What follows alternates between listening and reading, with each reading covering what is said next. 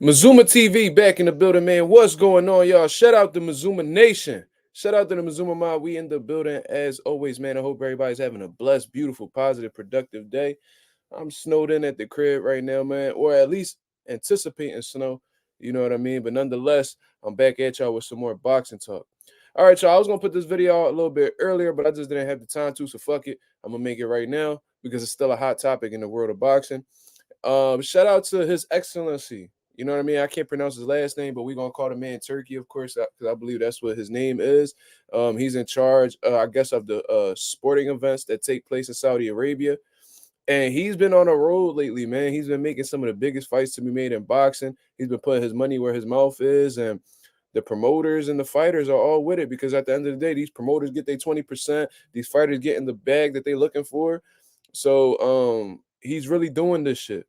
You know what I'm saying? He really putting his money where his mouth is and making these fights happen. And during the course of an interview, I didn't get to check out the whole thing. I saw a little snippet of it. He's made it clear that he wants the Gervonta Davis versus Devin Haney fight to take place in Saudi Arabia. You know what I mean? That's one of the biggest fights, if not the biggest fight to make in boxing right now. You could argue the Canelo Benavidez. You could argue the one that's going to go down in February, Tyson Fury versus Alexander Usyk. We can make a case, but nonetheless, it's undisputable that Devin Haney versus Gervonta Davis is a huge fight to be made, especially with both of these guys being Muslim fighters and Saudi Arabia being a big uh, what can I say, like a big country that is big on Islam, of course. You know what I mean? So it makes a lot of sense. You know what I mean? It makes a lot of sense for the fight to take place there. But this is something that I really wanted to touch on because when looking over the fight, of course, when I look at any fight, I always think whether the fight is realistic or not. And of course, with the type of money that Saudi Arabia and His Excellency is putting up, anything could be possible. You know what I mean? Everything has a price tag on it at the end of the day. And if the money is right, you could get these promoters or fighters to do just about anything or fight just about anybody because they're prize fighters at the end of the day, right? Especially with Gervonta Davis being one of the highest paid boxers in boxing right now. But what I really wanted to get into was whether PBC will allow this fight to happen between Gervonta Davis and Devin Haney, being in Saudi Arabia, being ran by somebody totally different. You know what I mean? I'm asking this because let's really look back on the past. You know what I mean with Al Heyman and how the way he conducts business.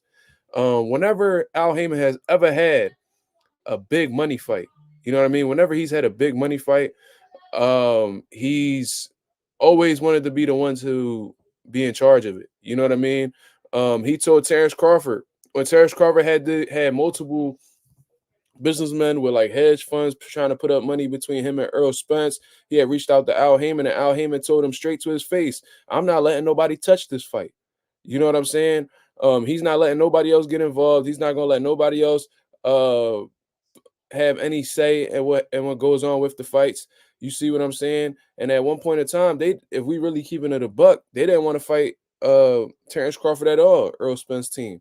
The only reason why this fight had really happened was because um Earl Spence was being hard headed and wasn't taking no for an answer, and pretty much sacrificed everything that Terrence Crawford was asking for because Steven Espinoza, Al Heyman, and them, based off of their actions and what they've been putting out to the media, Steven Espinoza and them, they weren't really willing to make the sacrifices that or accommodate Terrence Crawford and what he was asking for.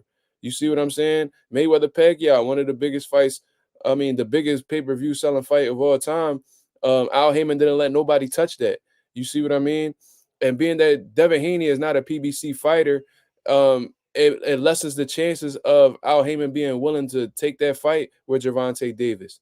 Not saying that Gervonta Davis isn't capable of beating Devin Haney. I've been on the record and saying that he could very well possibly knock Devin Haney out. You know what I mean? He has a lot of things that could work in his favor against somebody like Devin Haney, but Devin Haney is a difficult style. I think that they know that, and this is why they don't really want to take that risk at this particular time. You know what I mean? I think that's why they content with fighting guys like Isaac Cruz. Who else was a possible opponent? They were saying, I mean, this is why they fought guys like Hector Luis Garcia and things of that nature, guys who have similar styles of just being flat-footed, come forward, aggressive type fighters. You know what I mean? Devin Haney, on the other hand, is a fast, athletic, rangy, slick outboxer. You see what I mean? So maybe they see something in his style or whatever, but the handlers at PBC have made it clear that they're not really too invested in making Gervonta Davis versus Devin Haney happen at this moment. You see what I mean? They've come out and they've used Devin Haney's rehydration situation, him blowing up to 165 pounds, as the reason why. And Gervonta Davis has expressed concerns about it as well on social media, saying that alluding to he may be on some type of banned substance, especially being involved with snack and things of that nature. He's expressed his concerns about that. More recently, he has come over and said that he's beat up on welterweights like Sean Porter and sparring. So why would he fear somebody like Devin Haney who just has a nose? You know what I'm saying? That's kind of funny. I ain't gonna lie to you, but he's not saying that 140 is an issue at all right now. But like I said, my concern isn't really with Gervonta Davis and whether he will take the fight or not. The problem is, will PBC allow the fight to happen when they have a history of not wanting anybody else to be involved with their big fights? You know what I mean? And a lot of the times they don't really want to put their fighters on the line with somebody who is against an opponent that's not signed with them. You know what I mean? Now, if Devin Haney was signed with the PBC, if he was with Al Heyman, then most likely it'll be more of it'll encourage Al Heyman to make the fight happen more quicker, due to the fact that even if it's a situation where Devin Haney may defeat Gervonta Davis, it's not like he's losing anything because um, he's benefiting. You know what I mean? With Devin Haney being signed with him, he's benefiting. But being that Devin Haney is his own boss, he moves, he goes to any network that he may want to, that he may like. And he's not tied to Al Heyman at all. Al Heyman may be looking at it as like a very risky move where he could lose a lot of money, especially the money that he's been investing in Gervonta Davis's career. You see what I mean? So Gervonta Davis, this is not me making it seem like Gervonta Davis doesn't want the fight at all.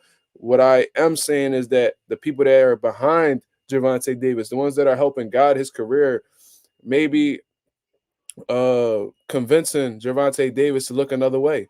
You know what I mean? And even with Saudi Arabia putting up that type of money, the type of figures that they've been giving these fighters and they purses and things of that nature, even though they may be extremely enticing, Al Heyman has a history of not letting anybody touch his big money fights, his mega fights per se. You see what I'm saying? Like I said, when they found out Terrence Crawford wasn't signed with BLK Prime, and BLK Prime was trying to make the well, there was a point in time where BLK Prime was trying to make the Terrence Crawford and Earl Spence fight. But when they found out that Terrence Crawford wasn't signed with BLK Prime, they was trying to remove BLK Prime out of the equation completely and just make it made it strictly PBC and Showtime type event. You see what I mean? So with that being considered, is they don't want anybody involved. You know what I mean? They want to be the ones that's running the show. They want to be the only ones putting their bread up, so they don't feel like they got to break bread with anybody. I guess I don't know exactly what the reason is, but regardless, they have a history of not wanting anybody else to touch their mega fights. You know what I mean? So it's an interesting conversation. There's no right answer. This is just my opinion in all honesty. Saudi Arabia wants the Gervonta Davis and Devin Haney fight. I think that Gervonta Davis would be willing to look at that. I'm sure that Devin Haney will be willing to look at that. I'm sure that they will fight each other. I think they both believe that they have what it takes within themselves to defeat each other. But will Gervonta Davis handlers have the same outlook on this situation? I don't think so, just based off of PBC and Al Heyman's history. Um, and just knowing what I know about them. You know what I mean? So y'all let me know what y'all think about this. You see what I mean? You let me know what's going on. Do you think Saudi Arabia is going to be able to lock in this fight between Gervonta Davis and Devin Haney? Yes, no, maybe so. Do you think PBC is going to be willing to allow them people over in Saudi Arabia, His Excellency, to get involved with this fight? Or do you think they want to keep this fight to themselves? Y'all let me know what y'all think in the comments below. This is Mazuma TV. Thank you very much for tuning in. I'm out of here, man. Peace.